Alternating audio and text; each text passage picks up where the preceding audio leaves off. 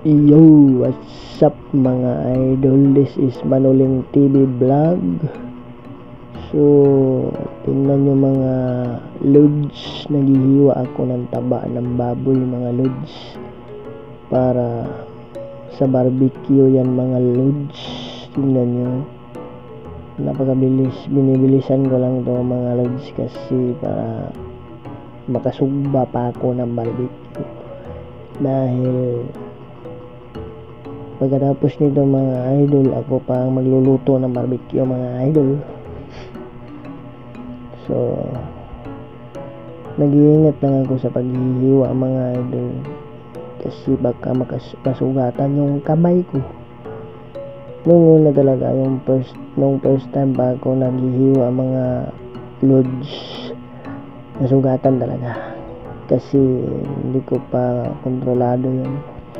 Hindi pa ako masyadong magaling maghiwa. Yan tuloy, nahihiwaan yung kamay ko noong una. Pero ngayon, master na ako mga lods. Magaling na ako maghiwa yan. Alam nyo mga lods, isa po akong PWD. May kapansanan po ako sa aking kamay. Kung nakikita nyo, iba talaga ako sa normal na mga tao. Kaya kahit na may kapansanan ako mga lods, nagsisikap pa rin ako para makatulong sa pamilya. No, dahil alam ko kahit may kapansanan ako, may magagawa rin ako. Hindi ako pabigat sa pamilya. Dahil ako po ang panganay sa aming mga kapatid. 3 lang po kami.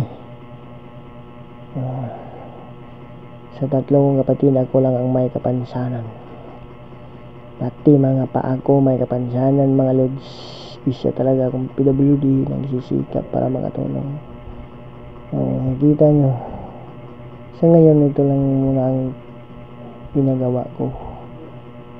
Kasi hindi pa ako tapos mag-aaral mga lods. Kasi ako lang ang kumakayod para makatulong sa pamilya sa ngayon. Kaya pinagbutihan ko tong pagtatrabaho ko rito. Masaya naman.